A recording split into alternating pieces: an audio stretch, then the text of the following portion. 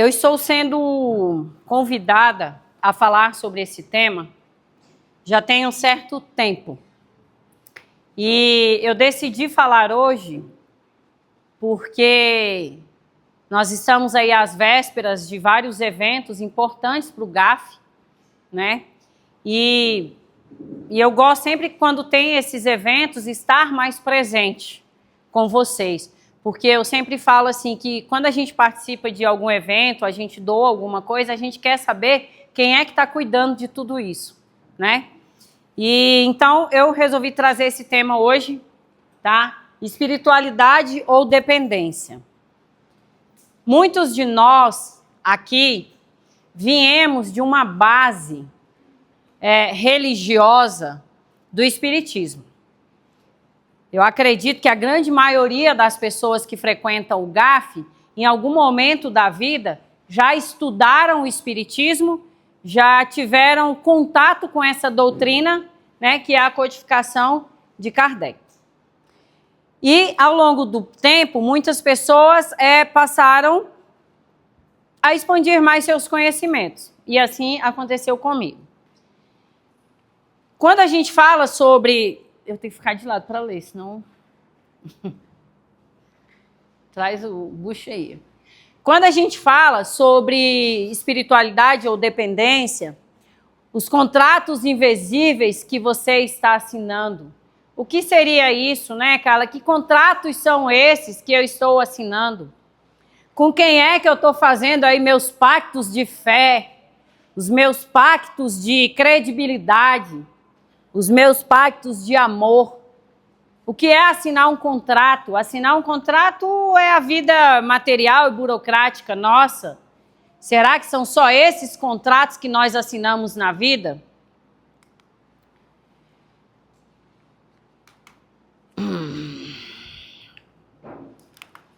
Nossa. Então, nem toda espiritualidade, ela te liberta. Quando nós frequentamos uma casa espírita, geralmente nós vamos em busca de conhecimento e de auxílio, ou de servir. Eu acredito sempre que a base para estarmos em uma casa espírita tem esse tripé: buscar conhecimento, buscar ajuda, auxílio para nossas dores, nossas dificuldades e para servir. Uma dessas três coisas nós fazemos em uma casa espírita. E a gente sempre quer acreditar que quem está nessas casas trabalhando, tanto materialmente quanto espiritualmente, são pessoas do bem, são pessoas boas, são pessoas com a índole, né, boa, são pessoas em que vão exercer o amor, a caridade, exercer a fé, a prática dos ensinamentos do Cristo.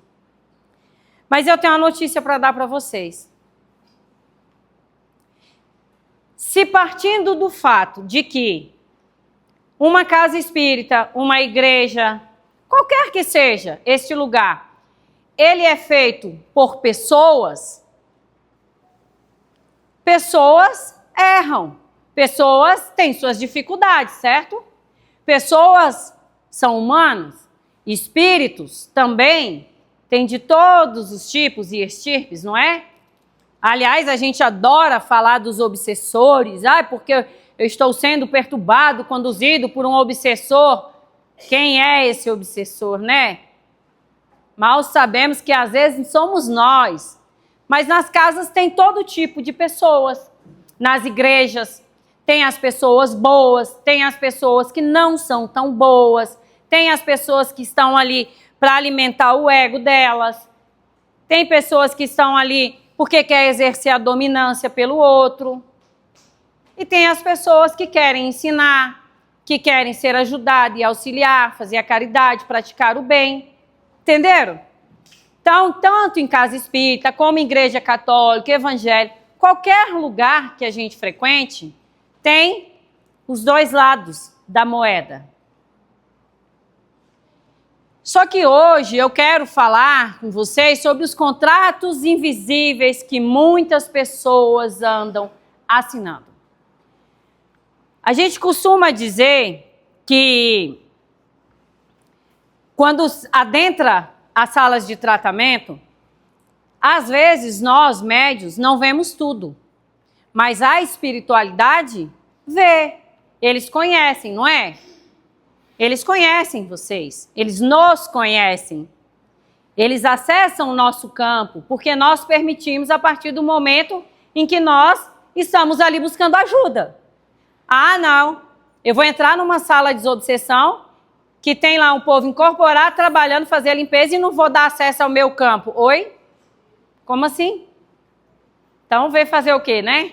Então, esse é o entendimento, que se dá acesso. O problema é que quando a espiritualidade acessa todo esse campo... Ah, eu esqueci de pedir para desligar os telefones, tá? Por favor, lembrem-se, o uso do telefone interfere nos trabalhos. Então, só os das meninas gravando, porque a gente coloca nas mídias do GAF, certo? Às vezes, as pessoas, elas atendem, recebem, né, incorporam algumas entidades e fala, nossa, mas era Jesus. Ou então, nossa, era Allan Kardec, Bezerra de Menezes, Chico Xavier e tudo. Essas entidades podem vir no médium? Podem. Elas podem vir. Mas para esses irmãos chegarem até aquele médium, a gente aprende na doutrina que tem que ter uma compatibilidade, certo? Não tem que ter uma compatibilidade energética? Então, você imagina, eu aqui toda esbaforida, para mim tinha 10 mil pessoas falando aqui dentro, e eu falando para a mamãe, pelo amor de Deus, o povo vinha, apaguei a luz, gente, vocês não param. Eu olho assim, ó, mais da metade tá com a boca fechada, e só um pouco falando, falei, mas parece que tá todo mundo conversando, gritando, o que é isso? Aí eu me toquei, falei, opa, pisa no freio, né? A mamãe falou, Carla, não traz esse barulho aqui dentro. Eu também erro, viu? Eu também erro. Poderia ter percebido que não era vocês. Quer dizer, vocês um pouquinho, ali atrás estava um murmurinho. Mas nem tudo eram vocês. Mas eu errei, achei que era. E tá tudo bem.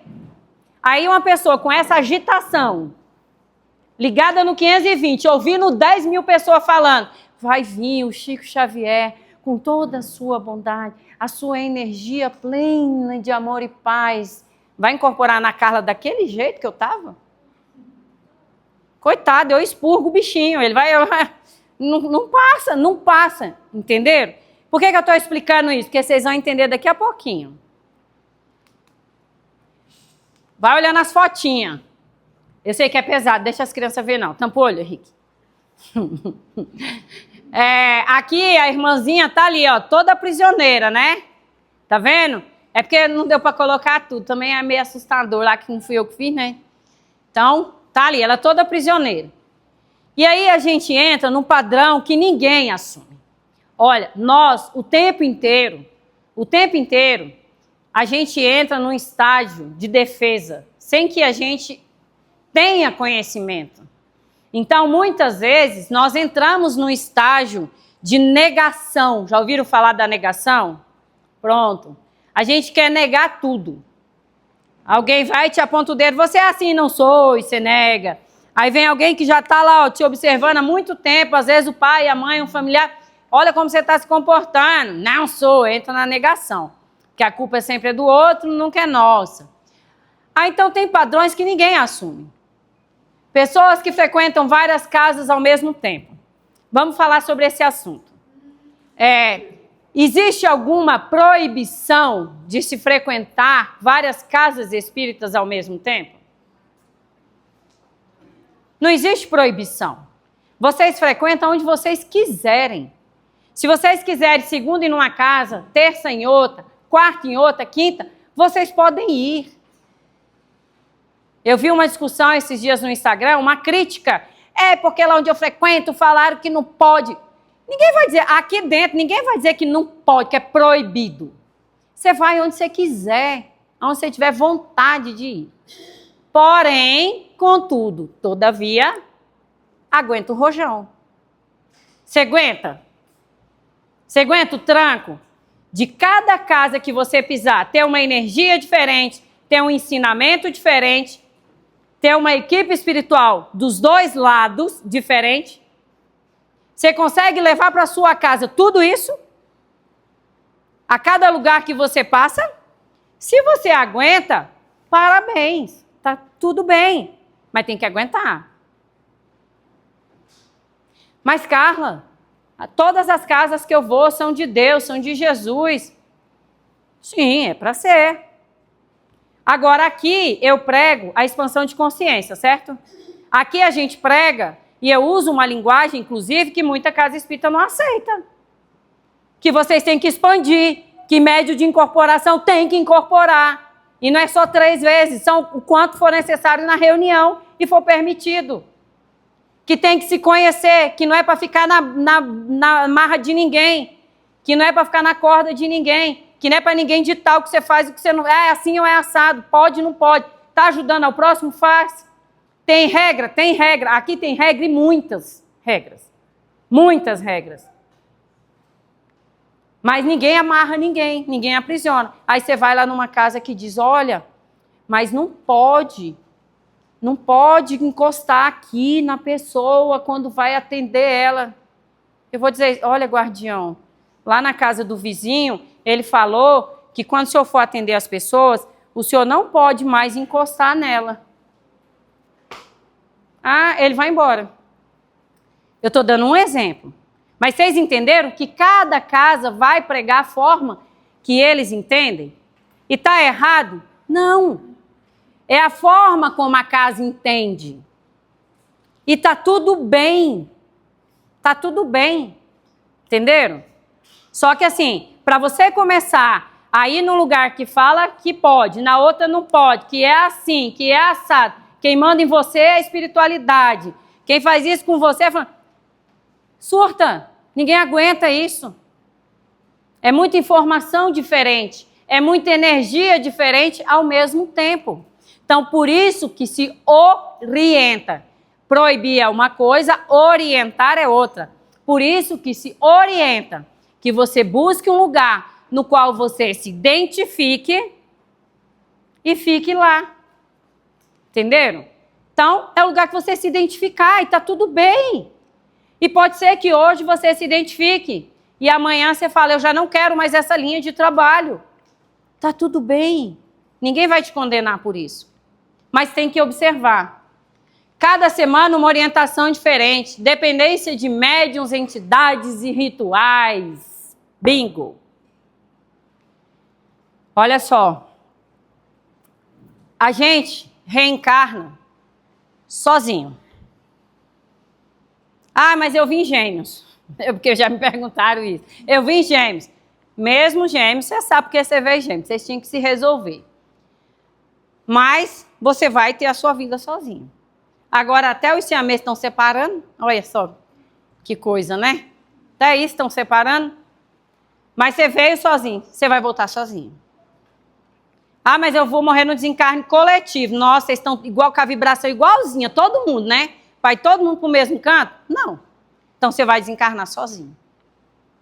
Se você passa por esse processo, por que você não consegue tocar a sua vida sem ficar dependente de médium, de entidade, de rituais? Nossa, Carla, mas eu gosto tanto de conversar com você. Conversar. Eu não vou carregar ninguém. Não dou conta nem de me carregar.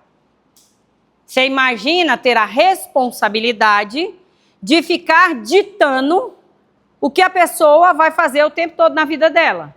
Eu acho pessoas corajosas que fazem isso. Não posso tomar nenhuma decisão se eu não ligar lá para o médium daquela casa. Oi?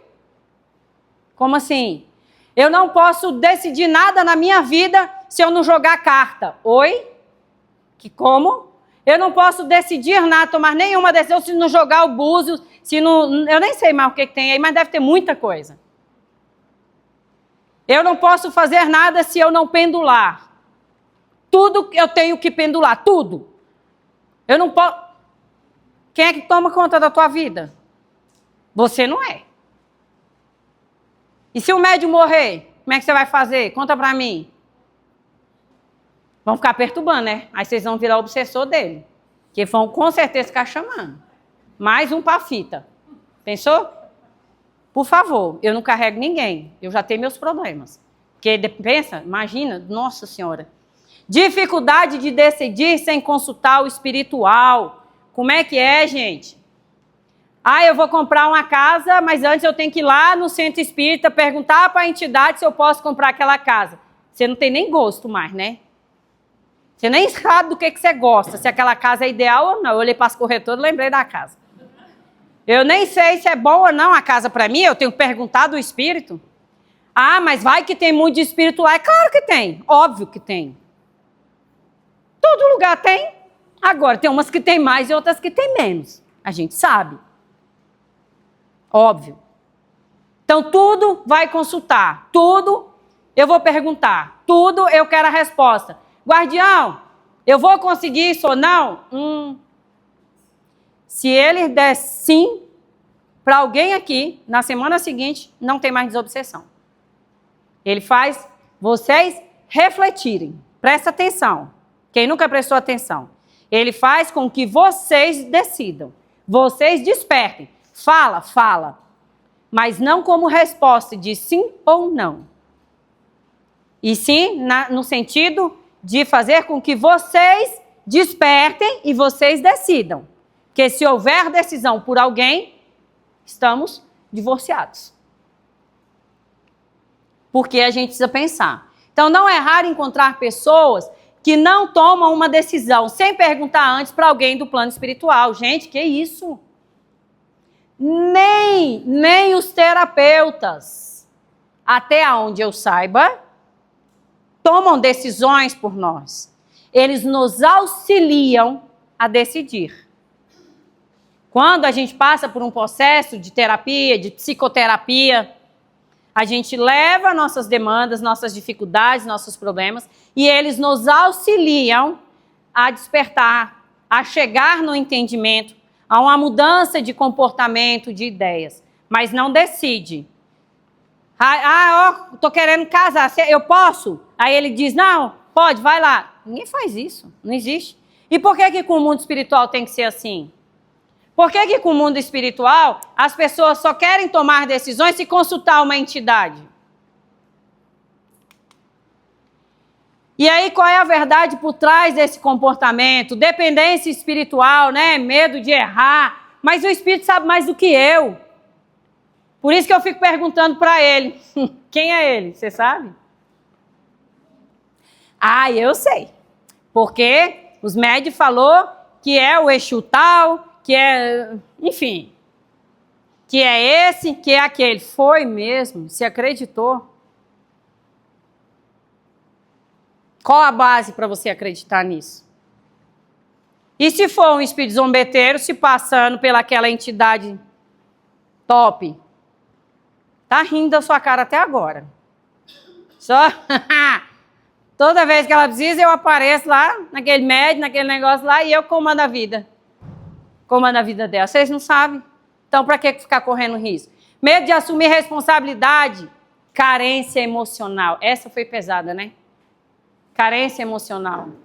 Eu não sei quem eu sou, para onde eu vou, o que eu devo fazer. Não me conheço. Então, é melhor eu dar toda a minha encarnação para uma entidade dizer o que eu tenho que fazer. Que evolução é essa? Que você não consegue decidir sua vida. Necessidade de controle disfarçado de fé. Isso não é fé, é controle. Espiritualidade libertadora. O que eles têm que fazer com a gente? Confiança para agir, responsabilidade consciente, autonomia emocional. A espiritualidade benevolente, ela quer que nós nos libertemos. Ela quer que a gente saia dessa prisão emocional que nós vivemos, dessa bolha emocional que nós vivemos. E essa espiritualidade vai te ensinar a isso.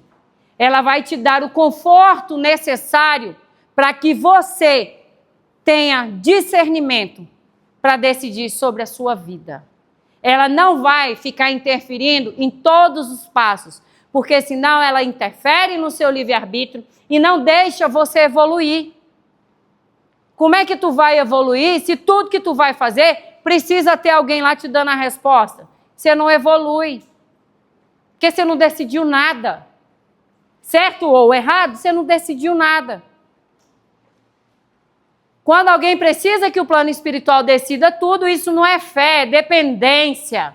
A espiritualidade madura orienta, mas nunca substitui a sua consciência. Nunca vai deixar você preso numa bolha que não faça você crescer. Jamais. E muito menos criar dependência.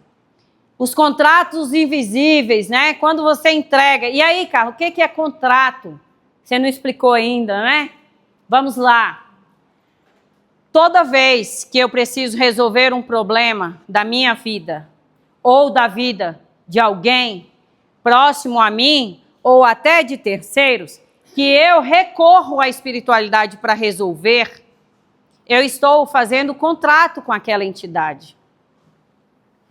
Eu estou fazendo um contrato com ela. Diz, olha, resolva o meu problema financeiro. Vamos fazer um contrato. Vocês já ouviram uma frase bem vulgar, que fala assim, vender a alma para o diabo? Sabe o que significa essa frase? Essa frase, ela quer dizer que toda vez que você faz contrato com a espiritualidade, alguma coisa em troca você vai ter que dar. E não é só o seu sorriso. E quando é que isso fica estipulado? Puxa, Carla, nossa, eu venho na desobsessão, bato maior papo com o guardião, peço ajuda ali para minhas coisas e tal. Você não está fazendo pacto com ele. Porque ele não te deu garantia de nada. Você está conversando, pedindo, me ajuda, né, a limpar meus caminhos, a destravar, porque quem é que não está com a vida aí, um monte de coisa travada? Se ele achar que é pertinente ajudar em alguma coisa, ele vai ajudar. Qual é a ajuda que geralmente ele dá? Desobstruir a parte espiritual. Os irmãos que estão lá te travando, que envolve o campo espiritual, passa pela corrente. Esses irmãos, vai na casa, tira os irmãozinhos que estão lá, limpa. Mas não é para decidir te dar nada. É para te ajudar a clarear você, a sua mente, o seu comportamento. É por isso. Entendeu? Então, quando a gente faz a desobsessão, a gente retira ali, naquele momento, aqueles irmãos que estão ali perturbando vocês, passa para a corrente ser atendido. Não significa que eles não vão voltar. Porque quem chama eles de volta são vocês. Saiu lá fora e reclamou do estacionamento do carro do povo, tem gente que tem irmãozinho que vai voltar. Por isso que eu falo, isso é um processo. Ah, eu vou uma vez lá na desobsessão, vai tirar todo mundo e eu tô limpinho. Se você não chamar lá fora, beleza. Mas se você atrair, é um processo, porque você vai aprendendo com o tempo que quem manda tá aqui, não é? Na mente? Então, é um processo, é uma continuidade. Vínculo pode ser saudável. Ó, toda troca gera vínculo. Há aqueles serviços, por exemplo, que as pessoas fazem de amarração de amor. Acho que é assim que chama. Eu vou explicar para vocês como acontece aquilo. É assim, ó. O livro aqui, ó, é quem eu quero amarrar. Aí eu chego lá no povo do serviço, né? E falo, ó, eu quero amarrar esse livro aqui. Quer ser que eu quero ele pra mim. Meu marido, minha mulher, sei lá o quê, né? Ah, você quer? Quer. O que você vai dar em troca? Aí dá lá dinheiro, galinha, bicho, sei lá. Nunca fui, nunca fiz. Mas eu imagino que seja dinheiro ou alguma coisa assim. Não fala quem sabe pra não se entregar. Aí deu lá o que pediram lá pra você, né? Tá, quero amarrar isso aqui. Aí, com isso, você fez um contrato. Você fez um contrato com as entidades que estão com aquela pessoa. Tá vendo? Tá aqui aquele médium lá, que tá incorporando sei lá quem, que ele conta um monte de história. Aí você fez um contrato com as entidades desse médium, certo? Então, ó, entidade, traz lá o meu amor, que eu tô além de dar a grana, a galinha, a pinga, eu te dou minha alma. Aí você assinou um contrato, ok? Vai dar certo ou não vai dar? Aí vem a parte boa. Se esse livro aqui, esse livro, que é o parceiro, né? Está totalmente desequilibrado, é uma pessoa com emocional totalmente desgovernado, é alguém que não está bem espiritualmente, mentalmente, o campo está todo aberto. Aí essa galerinha sai daqui, né? Você assinou o contrato, vai lá e olha lá, bonitona, volta, não sei o que, perturba a cabeça da pessoa. Ó o celular.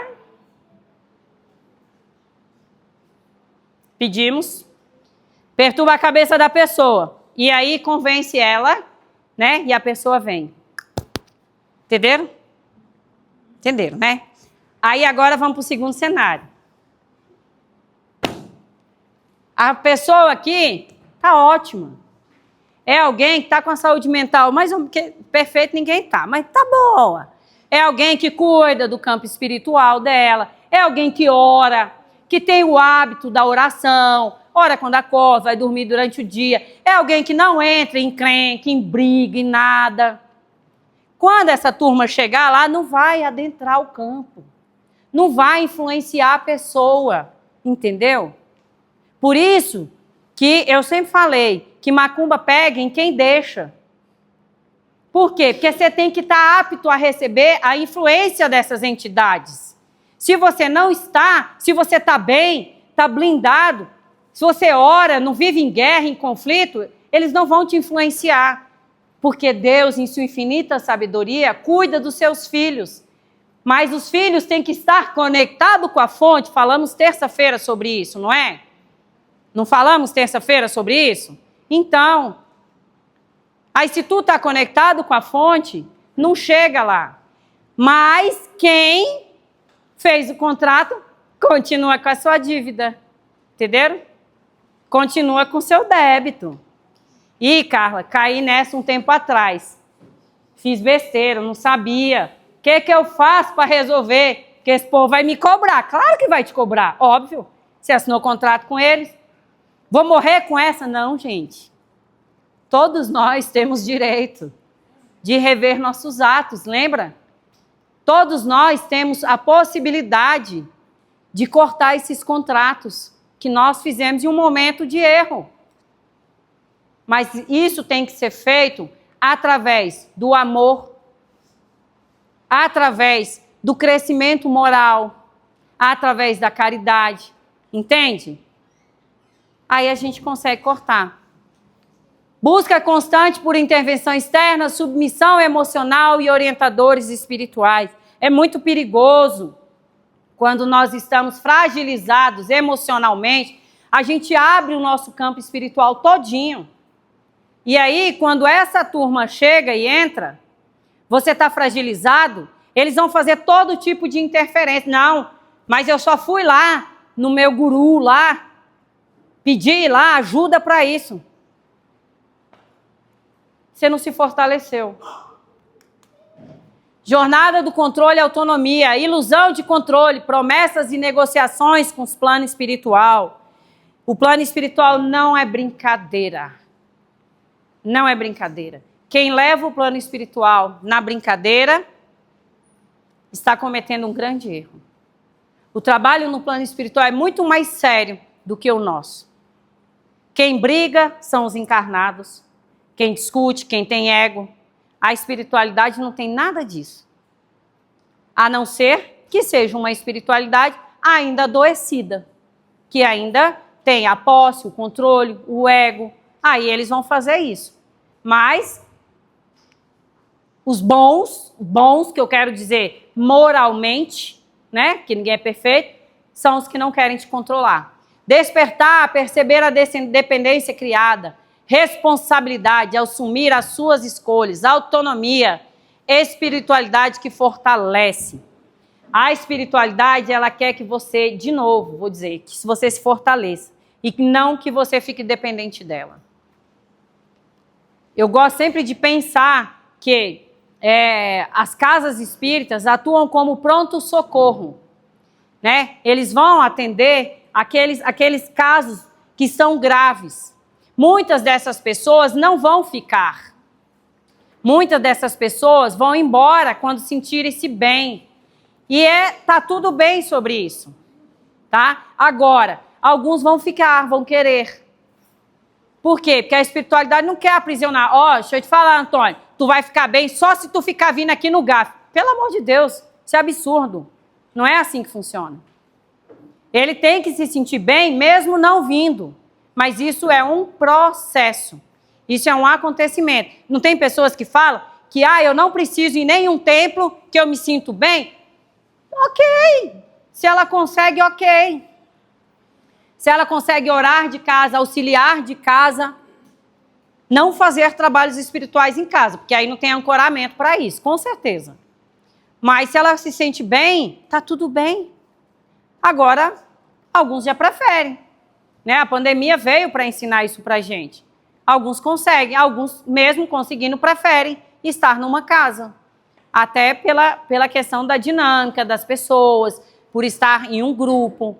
Mas isso é uma escolha e não uma prisão. Só fico bem se eu fizer isso ou aquilo. Não é assim. Ninguém pode prender ninguém. Espiritualidade não é ferramenta para evitar consequências. É caminho para compreendê-las e atravessá-las. E aí a base espírita, né? O que Kardec nos ensina sobre essa dependência do mundo espiritual? Livre-arbítrio. Nós temos livre-arbítrio para decidir sobre a nossa vida. E por que a gente tem que colocar a nossa vida sob decisão de algum espírito, de alguma entidade, de algum médium, de alguma casa? A gente tem que estar lá porque a gente quer, porque a gente se sente bem e não por medo. Eu não posso parar de frequentar lá porque se eu sair de lá, tudo vai dar errado. Que fé é essa? Que fé é essa? Nossa, se sair daqui, se esse trabalhador sair daqui, tudo vai dar errado para ele. Isso é ego. Isso é ego. Não existe isso. E o trabalhador que acredita nisso, ele precisa se fortalecer no vínculo dele com o Pai Maior. Porque ele tem que acreditar. Se você não acreditar que existe com você uma equipe para te proteger, você está fadado a falir. A gente fica nessa dependência. Tem vários aqui trabalhadores, não só do GAF, como de outras casas. A gente precisa entender que a casa é o lugar onde a gente se sente bem, que a gente vai, que a gente cria um compromisso porque nós temos vontade, não porque somos obrigados. E se alguém te disser, se você sair daqui e vai cair sua vida, esse problema é de quem falou, não é seu. Não acreditem nisso. Se apeguem com Deus, com a espiritualidade amiga, que eles vão te fortalecer. Entenderam? Eles te fortalecem. Que fé é essa que nós temos? Que a gente não acredita nisso. Responsabilidade pessoal, reforma íntima. Já falei várias vezes. O autoconhecimento liberta. Saber quem você é. Tem que compreender, tem que saber. A doutrina espírita é clara. Nenhum espírito evoluído toma decisões por você. Eles orientam, mas a escolha e a consequência são sempre suas. A espiritualidade vai orientar, o atendimento fraterno vai te orientar, mas não vai te vincular numa prisão. Se fez isso, saiu da casinha, tem coisa errada, precisa ser reavaliado. E aí, para terminar, o espelho final, olha como ela ficou bonitona. Rompendo os grilhões, né? Talvez a pergunta mais importante não seja: estou sendo ajudado espiritualmente? Será que eu estou sozinho, né? Será que alguém está me ajudando? Será que eu tenho mesmo um mentor que esse povo fala, um anjo da guarda? Né? Mas estou assumindo a minha própria vida. Assuma a rédea da sua vida. Para de terceirizar a responsabilidade que é sua para o outro. Muitas vezes a gente terceiriza isso e não tem as nossas vontades e os desejos. E isso começa lá com crenças limitantes, muitas vezes que vêm da nossa infância, que alguém tem que controlar. Os feminicídios estão aí para provar isso, porque ainda existem homens que acham que a mulher tem que ser subordinada a ele. Usei um linguajar militar, por que será, né? Essa semana em Goiânia. Absurdo. Que tem que ser, sempre andar na rédea dele. Mas isso porque vem, né? Da cultura, dos entendimentos. Não pode. Você tem que dominar a tua vida. Você tem que se conhecer para não deixar que ninguém te leve para o caminho que ele quer. Porque no final, nenhuma espiritualidade verdadeira vem para te substituir. Ela vem para te fortalecer, para que você não precise depender de ninguém. A ideia não é prender ninguém dentro de uma casa.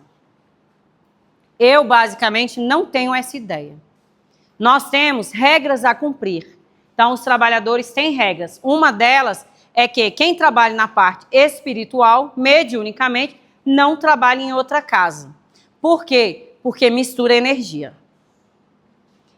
Os de lá não sabem o que a gente faz aqui, e os daqui não sabem o que a gente faz lá. Então, não misture. A espiritualidade não gosta. Mas isso, se a pessoa não quiser, tá tudo bem. É uma escolha que ela precisa fazer.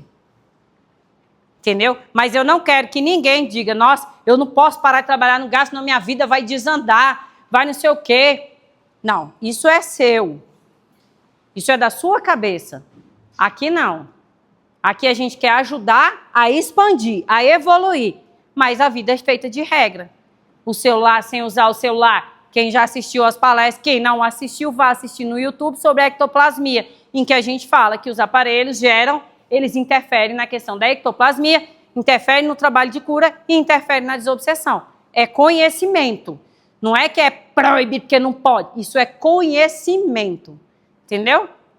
É conhecimento. Mas é isso. Então,